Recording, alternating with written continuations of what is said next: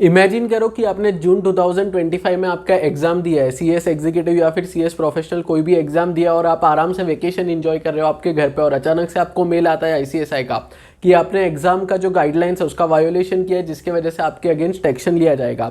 अब ये रियलिटी हो रहा है बहुत सारे स्टूडेंट्स के साथ। एक क्लासिक एग्जांपल आप यहाँ पे देख लो, मैंने पर्सनल डिटेल्स हाइड किए due to privacy reasons, but ऐसे बहुत सारे मैसेजेस आ रहे हैं क्योंकि अब हो क्या रहा है कि आपका जो एग्जाम का आंसर शीट्स है अब चेक होना स्टार्ट हो चुका है। जो भी जिसने भी जून में एग्जाम दिए थे अब उनके आंसर शीट अब चेक हो रहे हैं, मतलब जो भी एग्जामिनर्स है वो पेपर आपका चेक कर रहे हैं, और तभी आईसीएसआई को पता चल रहा है कि कुछ स्टूडेंट्स ने जो वायोलेशन है वो किया है, जो एग्जाम गाइडलाइंस है, जो आप टर्म्स एंड कंडीशन एक्सेप्ट करते हो जब आप एग्जाम फॉर्म भरते हो, उसका आपने वायोलेशन किया है। अब क्यों ऐसे मेल्स आ रहे हैं आईसीएसआई से, किस किस को आ रहे हैं, क्यों मेल्स आ रहे हैं, और अगर आपको भी मेल आया है तो आपका एक्शनेबल क्या होना चाहिए, ये डिटेल में समझेंगे आज ये वीडियो में। अब सबसे पहले एकदम सिंपल लैंग्वेज में बैकग्राउंड बता देता हूँ कि ये हो क्या रहा है। ये पहली बार नहीं हो रहा है, पिछले अटेम्प्ट में भी हुआ था, मैंने उसके ऊपर भी एक डिटेल वीडियो बनाया था, but for some reason student ये जो इंपॉर्टेंट वीडियो है वो मिस कर देते, जिसके वजह से वो मिस्टेक कर देते हैं। अब बेसिकली सिंपल लैंग्वेज में जून में जो भी स्टूडेंट्स ने एग्जाम दिया अब उनका पेपर चेक हो रहा है, और जब पेपर चेक होता है तो एग्जामिनर आपके आंसर तो चेक करता ही है, बट उसमें दूसरी चीज़ें भी चेक करता है कि आपने कोई वायोलेशन तो नहीं किया, कोई गाइडलाइंस है उसका। अब ये कौन सी गाइडलाइंस की बात हो रही है? गाइडलाइंस वो होती है बेसिकली जब आप एग्जाम फॉर्म भरते हो तो उधर कुछ टर्म्स एंड कंडीशंस होते हैं, कुछ गाइडलाइंस होती है जो आपको फॉलो करनी होती है। सेकंड चीज़, जब आप एडमिट कार्ड डाउनलोड करते हो तो उसमें आपको long list of details guidelines दिखेगी जो आपको फॉलो करनी होती है, but for some reason unfortunately students वो पढ़ते ही नहीं, उसको इग्नोर कर देते हैं कंप्लीटली, और इसी के वजह से वो मिस्टेक कर देते हैं। तो अब कौन सी गाइडलाइंस है जो हमें फॉलो करनी है, कौन सी वायोलेशन है जो स्टूडेंट्स कर रहे हैं जिसके वजह से मेल आ रहा है, वो हम समझते हैं। और सेकंड पार्ट ये वीडियो का होगा जिसमें हमको पता चलेगा कि एक्शनेबल क्या है। मतलब दो इंपॉर्टेंट चीज़ है, पहले तो कौन सी गाइडलाइंस है जो वायोलेट नहीं करनी है, मतलब दिसंबर 2025 वाला कोई देख रहा है उसके लिए ये बहुत काम का है क्योंकि नेक्स्ट एग्जाम उनका ही है। और सेकंड चीज़ आपको समझनी है कि आपका एक्शनेबल क्या है, मतलब हमें ऐसा स्टूडेंट क्या करना है। जो 4 स्टेप एक्शनेबल है वो मैं आपको बताऊंगा। अब सबसे पहले मेन बात ही समझ लेते हैं कि कौन से वायोलेशन है जिसके वजह से ये मेल आ रहा है, क्योंकि ये जो वायोलेशन है वो आईसीएस है उसको बहुत ज़्यादा सीरियसली ले रहा है लास्ट फ्यू अटेम्प्ट्स है, और ये इतने सीरियस है क्योंकि कुछ रेयर केसेस में आपका रजिस्ट्रेशन भी आईसीएसआई कैंसिल कर सकता है। अगर आपने टाइमली मैनर में इसको रिस्पॉन्ड नहीं किया, इसके ऊपर रेमीडियल एक्शन नहीं लिया, तो आपका रजिस्ट्रेशन नंबर भी कैंसिल हो सकता है। तो ये जो वायोलेशन है बेसिकली मेन 3 कैटेगरी के होते हैं। सिंपल लैंग्वेज में आपको मैं तीनों बताता हूँ। सबसे पहला, अगर आपने कोई भी आपके आंसर शीट में रिलीजियस रिमार्क डाला है। अब मैंने देखा है बहुत सारे स्टूडेंट्स ऐसे होते हैं जो मतलब जिसको जो ज़्यादा रिलीजियस होते हैं वो पेपर पे ओम लिखते हैं या फिर कोई और रिलीजन के, तो रिलीजन कोई भी रिलीजन का रिमार्क डालते हैं। ये सब आप प्रोफेशनल एग्जाम में नहीं कर सकते हो। आपको कोई भी रिलीजन का कोई भी मार्क या फिर कोई भी स्लोगन है, ऐसी कोई भी चीज़ आपको आपके आंसर शीट में नहीं लिखनी है। द मूवमेंट पता चलेगा कि ऐसा कोई भी रिलीजियस रिमार्क है, आईसीएसआई आपके अगेंस्ट एक्शन ले सकता है। सेकंड इंपॉर्टेंट चीज़ क्या होता है? Unique identifiable mark. अब इसको एकदम सिंपल लैंग्वेज में आप समझो कि क्या होता है। जैसे बहुत बार आपने देखा होगा कि पेपर लीक हो जाते हैं या फिर पेपर में जो एग्जामिनर आपका चेक करेगा उसके साथ स्टूडेंट सेटिंग कर लेते हैं पैसे देके। अब ऑल्दो ये प्रोफेशनल एग्जाम में नहीं होता है, सीएस सीएमए या फिर दूसरी जो प्रोफेशनल एग्जाम होती है उसमें ये बहुत ही रेयरली होता है या फिर नहीं होता है, आप ऐसा समझ सकते हो। बट इसमें होता क्या है कि आपने आपके आंसर शीट में कुछ यूनिक मार्क किया है। एक एग्जाम्पल देता हूँ कि आपने फर्स्ट पेज पे आपके आंसर शीट में एक स्टार मार्क बनाया है। अब आप सोच के देखो कि जो एग्जामिनर है उसके पास तो आपका नाम या फिर नंबर या फिर ऐसी पर्सनल डिटेल्स नहीं आएगी कि कौन सा स्टूडेंट है जिससे मैंने पैसे लिए, जिससे मैंने सेटिंग की है। तो वो आपको कैसे आइडेंटिफाई करेगा? वो आपको आइडेंटिफाई करेगा एक यूनिक मार्क से। जैसे हो सकता है कि आपने स्टार ड्रॉ कर दिया, आपने हो सकता है कि जैसे हम जो कैंसिल चेक होता है या फिर जिस पे क्रॉस चेक करते हैं, हम चेक के ऊपर 2 क्रॉस लाइन मारते हैं, वैसे आपने आंसर शीट पे किया। कोई भी ऐसा यूनिक मार्क जिसके वजह से किसी और को पता चल सके कि ये वाला जो आंसर शीट है वो ये स्टूडेंट का है, वो मार्क अगर आपके पेपर में होगा तो आपके लिए प्रॉब्लम्स क्रिएट हो सकती है। अब थर्ड और सबसे मोस्ट कॉमन मिस्टेक जो अनइंटेंशनली लोग करते हैं, उनको पता नहीं होता, इनोसेंट स्टूडेंट्स होते हैं, पहली बार एग्जाम दे रहे या फिर सेकंड टाइम भी दे रहे, तो पैनिक मोड में आके क्रिएट करते हैं। ये क्या होता है? बेसिकली जो आपको डेटा सेट्स भरने होते हैं, अब आपको जो आंसर शीट मिलती है उसमें आपको फर्स्ट पेज पे कुछ डेटा सेट्स भरने होते हैं कि सब्जेक्ट का कोड क्या है, आपका कौन सा स्टेज ऑफ एग्जामिनेशन है, आपका जो रोल नंबर है, आपको दोनों में लिखना होता है। मतलब आपका रोल नंबर या फिर जो भी यूनिक नंबर होता है स्टूडेंट का जो एग्जाम में आप लिखते हो, वो रोल नंबर आपको न्यूमेरिक्स में भी लिखना होता है प्लस वर्ड्स में भी लिखना होता है। तो बहुत सारे स्टूडेंट्स क्या करते हैं, जहाँ पे न्यूमेरिक में लिखना है वहाँ पे वर्ड्स में लिख देंगे, जहाँ पे वर्ड्स में लिखना है वहाँ पे नंबर्स लिखाएंगे।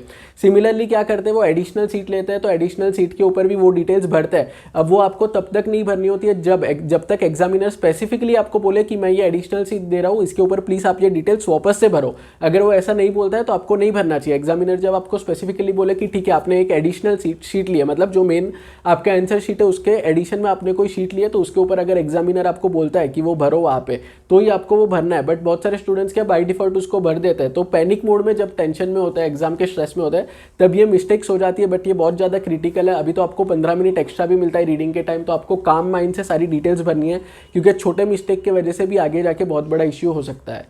अब वीडियो में आगे बढ़े उसके पहले, अगर आप एक वर्किंग प्रोफेशनल हो या फिर एक ग्रेजुएट हो और इन्वेस्टमेंट बैंकिंग के फील्ड में आपका करियर बनाने का प्लान कर रहे हो, तो आपके पास एक गोल्डन अपॉर्चुनिटी है, क्योंकि ओडिन स्कूल ने लॉन्च कर दिया अपना investment banking and finance operations का कोर्स। अब मार्केट में इन्वेस्टमेंट बैंकिंग के मल्टीपल कोर्सेस आपको मिल जाएंगे, बट ये कोर्स यूनिक है क्योंकि it is backed by FinMonk and expert professionals from Broadridge. ये 3 मंथ्स का कोर्स है, जिसका नेक्स्ट बैच जून 28, 2025 से स्टार्ट हो जाएगा। और इसमें आपको लेक्चर्स तो मिलेगा ही, बट लेक्चर्स के साथ साथ आपको मल्टीपल अदर्स रिसोर्सेज भी मिल जाएंगे, जैसे आपका जो डाउट सॉल्विंग का फैसिलिटी है वो मिल जाएगा। इसके साथ साथ प्रैक्टिस टेस्ट भी आपका होगा, मॉक इंटरव्यू भी होगा, और इसमें प्रोजेक्ट्स भी इंक्लूडेड होंगे। मतलब ऐसा नहीं है कि सिर्फ लेक्चर्स आपको बता के छोड़ दिया जाएगा। ये कोर्स के बहुत सारे अलग अलग लर्निंग मॉड्यूल्स है, जैसा अभी आप आपके स्क्रीन पे देख सकते हो। और जब भी आपका कोर्स कंप्लीट हो जाएगा तो आपको एक सर्टिफिकेट मिलेगा, जो आपको ऐसा कुछ दिखता है, तो ये सर्टिफिकेट आपको मिल जाएगा कोर्स कंप्लीट होने के बाद। और ये एक ऐसा यूनिक कोर्स है जिसमें आपको हैंड्स ऑन लर्निंग एक्सपीरियंस मिलता है। और कोर्स कंप्लीट करने के बाद जॉब के लिए भी इनका सपोर्ट आपको मिल जाएगा, क्योंकि इनके 600 से ज़्यादा हायरिंग पार्टनर्स है, जिसमें बड़ी बड़ी कंपनीज जैसे Accenture, Bajaj, Infosys, TCS, EY और भी बहुत सारी बड़ी बड़ी कंपनीज और कॉर्पोरेट ग्रुप्स है जो इनके हायरिंग पार्टनर्स है। और यही नहीं, इनके मोर देन 10 हायरिंग स्प्रिंट्स भी होते हैं।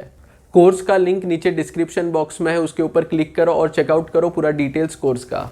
अब वापस आते हैं आज के वीडियो पे, और अब हमने समझ लिया कि वॉयलेशन कौन सा है, बट ऐसा स्टूडेंट आपका क्या एक्शनेबल है। और ये दोनों टाइप ऑफ स्टूडेंट के लिए, जून वालों के लिए भी, दिसंबर वालों के लिए भी, क्योंकि दिसंबर वाले भी अपना एग्जाम देंगे बहुत जल्दी। तो इसके लिए ध्यान से समझना कि आपका एक्शन पॉइंट क्या है। ये हर टाइप ऑफ स्टूडेंट के लिए, मेल आया हो ना आया हो, डजेंट मैटर, ये 4 चीज़ आपको करनी है। सबसे पहली चीज़, आपको आपका ईमेल जाके चेक करना है। लास्ट 20 डेज के सारे ईमेल्स चेक करो, जो भी आपका एग्जाम जब से खत्म हुआ है तब से जब तक ये आप वीडियो देख रहे हो, आप जब भी वीडियो देख रहे हो, जून जुलाई, आपका ईमेल जाके चेक करो। उसमें चेक करो कि ICSI से कोई मेल आया है कि नहीं। बस इसमें एक इंपॉर्टेंट चीज का ध्यान रखना कि जो स्पैम फोल्डर है वो भी चेक करना। अब होता क्या है, ये जो ईमेल है कोई मैनुअली नहीं लिखता है, ये सिस्टम से मेल आता है। तो बहुत बार क्या होता है, जीमेल जब बहुत सारे बल्क ईमेल जाते हैं सिस्टम से, तो वो उसको लगता है कि ये स्पैम ईमेल है, मार्केटिंग का, एडवर्टाइजमेंट का है, इसकी वजह से वो स्पैम फोल्डर में उसको भेज देता है। तो आपको सबसे पहली चीज करनी है, ईमेल चेक करना है, इंक्लूडिंग द स्पैम फोल्डर, की वहां पे ICSI का कोई ईमेल कम्युनिकेशन है कि नहीं। सेकेंड चीज, अगर आपको ईमेल कम्युनिकेशन दिखता है तो आपको पैनिक नहीं होना है, आपको समझना है। अब इसमें 2 टाइप के कम्युनिकेशन होते हैं। एक जिसमें आपको ICSI बताएगा कि आपने कुछ वायोलेशन किया है और इसकी वजह से आपको वार्निंग दे रहा है। अब ये वाले कम्युनिकेशन में आपको वार्निंग कंसीडर करना है, रिप्लाई नहीं करना है। सेकंड ईमेल कम्युनिकेशन ऐसा होगा जिसमें ICSI आपको बताएगा, कि पूछेगा, आपको गाइड करेगा, कि आपको डायरेक्ट करेगा कि आप बताओ आपने वायोलेशन किया है, हमें क्यों इस आपके अगेंस्ट एक्शन नहीं लेना चाहिए, और ये डेट है, इसके पहले आपको रिस्पॉन्स देना है। तो अगर पहला टाइप ऑफ कम्युनिकेशन है जिसमें आपको सिर्फ वार्निंग दिया है, तो आपको उस पर रिस्पॉन्ड नहीं करना है। बट अगर आपको बोला गया है कि ये डेट के पहले रिस्पॉन्ड करो और बताओ कि why should we not take action against you, तो आपको उस पर रिप्लाई करना है। ये 2 चीज होगी। थर्ड आपका स्टेप होगा, अगर आप रिप्लाई कर रहे हो, मतलब सेकंड टाइप ऑफ आपको कम्युनिकेशन है जिसमें आपको डेट दी गई है प्लस बताया है कि आपको रिप्लाई करना है, तो थर्ड वाले केस में आपको जो आपका रिस्पॉन्स है उसमें आपको वेट सिग्नेचर करना है। बहुत सारे स्टूडेंट्स क्या करते हैं, एक नॉर्मल व्हाट्सएप मैसेज की तरह लिख के उसमें कॉपी पेस्ट करते हैं, बट ये आप नहीं कर सकते हो। ये फॉर्मल कम्युनिकेशन है ICSI के साथ, वो अथॉरिटीज के साथ, जहां से आपको मेंबरशिप नंबर मिलेगा, आपका CS का डिग्री मिलेगा। तो जो भी आपका रिस्पॉन्स है उस पर आपको वेट सिग्नेचर करनी है, वरना आप सोच के देखो ICSI को पता कैसे चलेगा कि जो स्टूडेंट है उसी ने ये रिस्पॉन्स किया, वरना तो कोई भी रिस्पॉन्स लिख के ICSI को भेज देगा। ये 3 स्टेप के बाद अब फोर्थ और लास्ट इंपॉर्टेंट स्टेप जो आपको करना है वो ये है कि आपको आपका आज ही आपके प्रोफाइल में जाके देखना है कि जो एड्रेस अपडेटेड है वो करेक्ट अपडेटेड एड्रेस है कि नहीं। इसका रीजन मैं आपको बताता हूँ। बहुत बार क्या होता है कि जो टेक्निकल रीजन की वजह से आपको ईमेल भी नहीं मिल सकता है, जैसे मैंने आपको फर्स्ट पॉइंट में बताया कि हो सकता है वो स्पैम में चला गया, हो सकता है वो जंक में चला गया, या फिर कोई और टेक्निकल रीजन की वजह से आपका ईमेल आईडी आपने अपडेट किया हो जो अभी एक्टिव नहीं है। तो ये टेक्निकल रीजन की वजह से क्या होता है कि आपको ईमेल तो मिलेगा नहीं, बट जो ICSI जो केसेस एक्सट्रीम होते हैं उसमें क्या होता है, फिजिकल डॉक्यूमेंट भी आपको भेजता है, फिजिकल लेटर भी भेजता है। तो होगा क्या, टेक्निकल रीजन की वजह से आपको मेल भी नहीं मिलेगा, बट अगर आपका एड्रेस अपडेट नहीं होगा तो आपको जो फिजिकल लेटर है हार्ड कॉपी लेटर का वो भी नहीं मिलेगा, और आपको पता ही नहीं चलेगा कि मेरे पास कोई वार्निंग लेटर है। इसके लिए आपको क्या करना है, तुरंत क्या करना है, आपका जो स्टूडेंट प्रोफाइल है उसमें जाके चेक करो एड्रेस अपडेटेड है कि नहीं।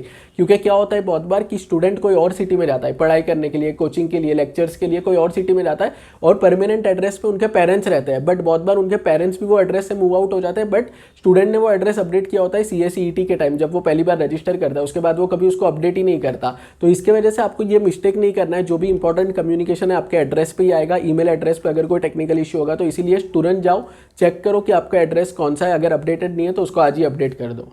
तो ये थे डिटेल में रीजंस कि कौन से वायोलेशन की वजह से लेटर आता है और उसका आपको क्या रिप्लाई करना है, कैसे रिस्पॉन्स करना है और एक्शन पॉइंट्स आपके क्या होंगे। अगर आपको ऐसा कोई भी कम्युनिकेशन आया है तो पैनिक नहीं होना है। अगर आप मेरा हेल्प चाहते हो तो I will be more than happy to help you. आप नीचे कमेंट सेक्शन में बताओ अगर आपको कोई भी क्वेरी है इसके रिलेटेड। बट आपको ध्यान रखना है कि ये कोई भी वायोलेशन आप ना करो। अगर आपको आज का वीडियो अच्छा लगा है तो वीडियो को लाइक कर देना और thank you very much for watching.